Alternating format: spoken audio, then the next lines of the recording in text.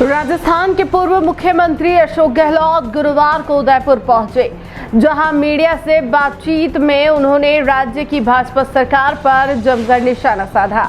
गहलोत ने उदयपुर में हुए कन्हैयालाल हत्याकांड को लेकर भाजपा सरकार की कार्यप्रणाली पर सवाल उठाए।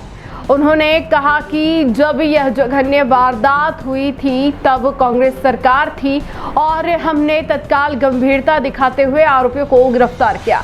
पूर्व मुख्यमंत्री ने आरोप लगाया कि वर्तमान भाजपा सरकार इस संवेदनशील मामले को लेकर उतनी गंभीर नहीं है जितनी होनी चाहिए थी।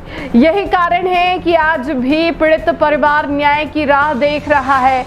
गहलोत ने कहा कि इस केस में त्वरित जांच और न्याय की आवश्यकता थी, लेकिन सरकार की निष्क्रियता के चलते पीड़ित परिवार के दुख और असुरक्षा की भावना में इजाफा हुआ है। उन्होंने यह भी जोड़ा कि इस तरह के मामलों में यदि सरकार की मंशा और कार्रवाई स्पष्ट ना हो तो यह आमजन के विश्वास को तोड़ता है। आप क्या कहना हत्याकांड हुआ, आप बताइए। मारने वालों का लिंक बीजेपी से था, कुछ चर्चा ही नहीं होती मीडिया के अंदर भी। जब मैं कह रहा हूँ बार बार कि मुख्यमंत्री था तब भी मैंने कहा इनको पकड़ा गया किसी केस के अंदर, छुड़ाने वाले भी बीजेपी के लोग थे। कोई चर्चा मीडिया में नहीं हो रही है, पता नहीं क्यों। 2-3 घंटे पकड़ लिए गए हत्यारे।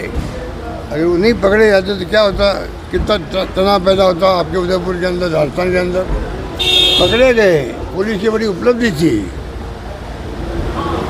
और उसके बाद में रात को केस ले लिया एनआईए ने, ये भारत सरकार एजेंसी है।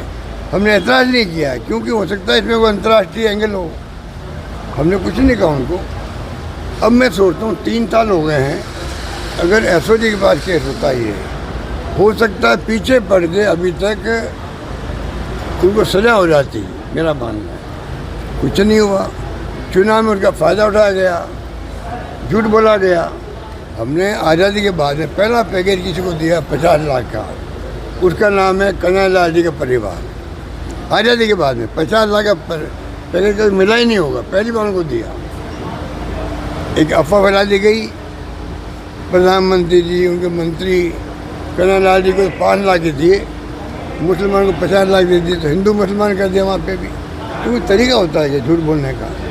चुनाव जीतने के लिए आप इस प्रकार सत्य बोलो, इसको क्या कहेंगे। अब उनके परिवार वाले पूछते हैं इनको, भाई केस का हुआ क्या है, चालान पेश कर दिया, आगे क्या कार्रवाई हो रही है, आप पीछे क्यों नहीं पड़ रहे हो, केस की सुनवाई क्यों नहीं लगातार हो रही है।